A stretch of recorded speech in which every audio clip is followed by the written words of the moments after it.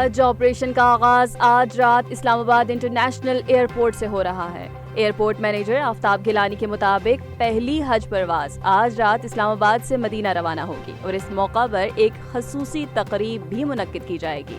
آفتاب گیلانی نے بتایا کہ روڈ ٹو مکہ منصوبے کے تحت 7 خصوصی امیگریشن کاؤنٹرز تیار کر لیے گئے ہیں تاکہ عازمین حج کو سہولت فراہم کی جا سکے۔ انہوں نے مزید کہا کہ اسلام آباد ایئرپورٹ پر تمام تیاریاں مکمل کر لی گئی ہیں اور یہاں سے 100 پروازوں کے ذریعے 28,400 عازمین مقدس سرزمین روانہ ہوں گے۔ COO ایئرپورٹ مینیجر کے مطابق حج آپریشن 31 مئی تک جاری رہے گا۔ وزیر اعلیٰ پنجاب نے ورک پلیس پر تحفظ اور صحت یقینی بنانے کے عالمی دن کے موقع پر پیغام جاری کیا ہے۔ ایک بیان میں انہوں نے کہا کہ محفوظ ورک پلیس معیشت کی ترقی اور خوشحال معاشرے کی بنیاد ہے۔ مریم نواز نے اس دن کو ورک پلیس پر تحفظ اور صحت کے حوالے سے شعور بیدار کرنے کا دن قرار دیا۔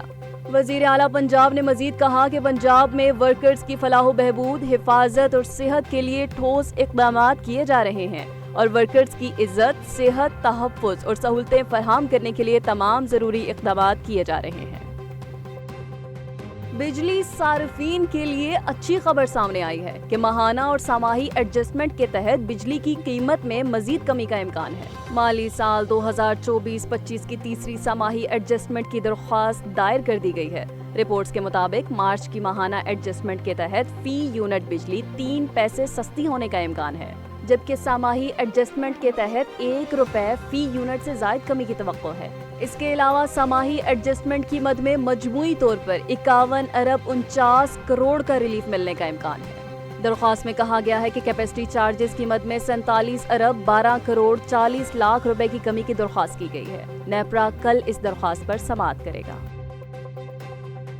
چینی وزارت خارجہ نے امریکی صدر ڈونلڈ ٹرمپ کے چینی صدر شی جن پنگ سے ٹیلی فون پر گفتگو کے دعوے کو مسترد کر دیا۔ چینی وزارت خارجہ کے ترجمان نے ایک بیان میں کہا ہے کہ حالیہ دنوں میں چین اور امریکہ کے صدور کے درمیان کوئی ٹیلی فونک گفتگو نہیں ہوئی۔ ترجمان نے یہ بھی کہا ہے کہ دونوں ممالک کے درمیان ٹیرف کے معاملے پر کوئی مذاکرات یا مشاورت نہیں ہوئی۔ امریکی صدر ڈونلڈ ٹرمپ نے امریکی جریدے کو ایک انٹرویو میں دعویٰ کیا تھا کہ چینی صدر سے ان کی ٹیلی فون پر گفتگو ہوئی تھی۔ مقبوضہ کشمیر کے علاقے پہلگام میں حالیہ واقعے کے بعد پاکستان اور بھارت کے درمیان کشیدگی اور تناؤ بڑھنے پر امریکہ کا اہم بیان سامنے آ گیا۔